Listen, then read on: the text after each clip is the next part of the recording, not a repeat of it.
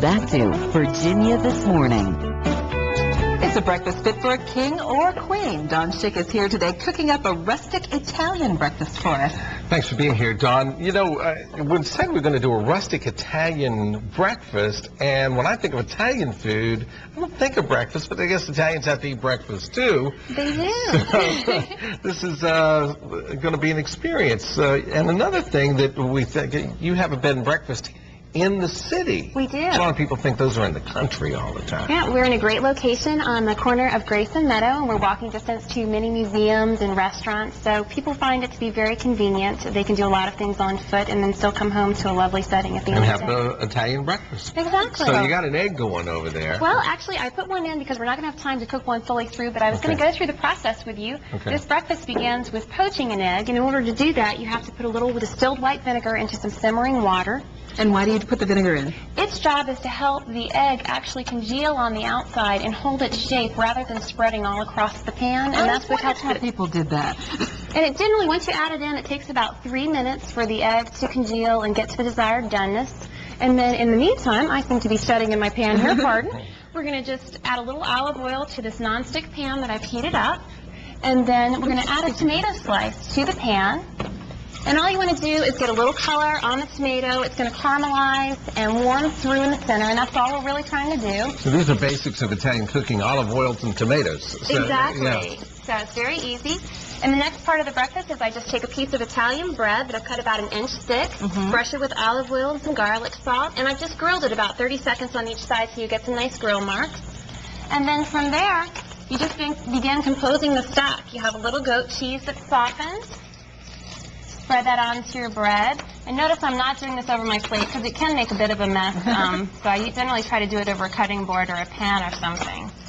Now, is this a popular breakfast at your bed and breakfast? It is. People really seem to enjoy it, and it's something easy. Are you putting pesto on there? I am. This is basil pesto. So if you have pesto for breakfast, you're going to have an interesting day. Oh, yeah. And it really adds a lot of flavor to the dish. You have goat cheese, basil pesto, which we make at the end, but you can also buy it in your grocery store. A little prosciutto ham. And then I'm just going to flip our tomato. And you can see that it's got a lot of nice color now on the tomato. And that's really all you need is just to get it warmed through a little color. Add that to the top. And then the last step is to take your egg out. Now, I had one that I started just a little bit earlier so it would have enough time to finish cooking. I just use a slotted spoon, and I like to rest it on a paper towel because that lets the water from the poaching pan separate from the egg rather than adding it to your breakfast plate. You know what, Don? I think you're going to be the first chef we've ever had that actually started and finished in our allotted time here and came up with a finished product. Well, great. Well, the last step to this one is simply you take a bunch of basil leaves and stack them, and then it's called a chiffonade. You just do a very thin slice of the basil. And if your basil's nice and dry before you start, you get these beautiful green ribbons, which add a lot of color to your plate. That's beautiful. And a nice pop of flavor.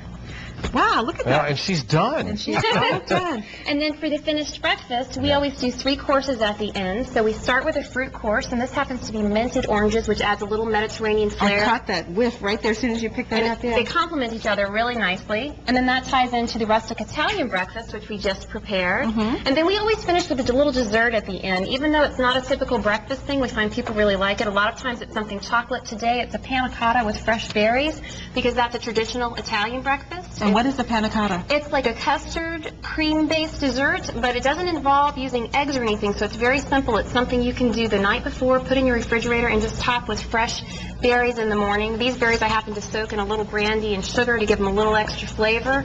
Put it on Makes top. for a great breakfast. It does. And then we finish with a little Bellini, which is a traditional Italian breakfast cocktail. It has a little peach nectar, a little champagne, and then, of course, Lavazza coffee, which is from Italy.